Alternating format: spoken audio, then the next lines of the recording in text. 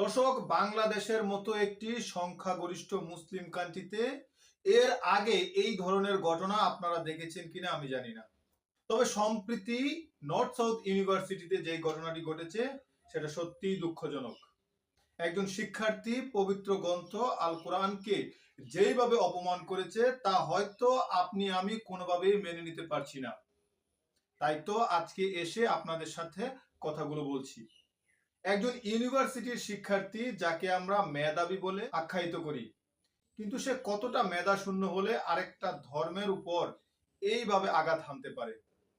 একবার চিন্তা করে দেখেন, সে যেই কাজটা করেছে, ধর্মীয় দৃষ্টিতে যেইভাবে আঘাত হেনেছে, কোনো শিক্ষিত ছেলে এই ধরনের কাজ করে বলে আমি মনে করি না।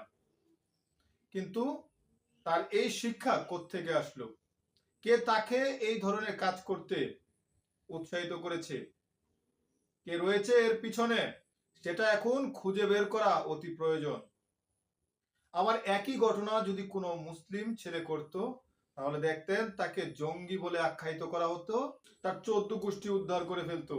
কিন্তু সে এই ঘটনাটি ঘটানোর পর তাকে মানসিক ভারসাম্যহীন পাগল বলে আখ্যায়িত করা হচ্ছে।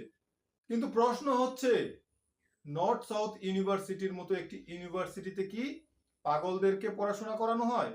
সেটা কি কোনো পাগলাগারদ, নাকি তাকে মুক্তি দেওয়ার চেষ্টা চলছে? সম্প্রতি ঘটে যাওয়া ঘটনার সাথে সাথেই ইউনিভার্সিটি কর্তৃপক্ষ তাকে স্থায়ীভাবে বহিষ্কার করেছে, পুলিশও তাকে গ্রেফতার করেছে। কিন্তু জনমনে প্রশ্ন তৈরি হয়েছে, কি বিচার হবে তার? সেটা হয়তো আমরা খুব শীঘ্রই জানতে পারবো। দর্শক, বিদায় নিচ্ছি, তবে বলে দিচ্ছি, প্রত্যেকটা জাতির কাছে যার যার ধর্ম অতি প্রিয়।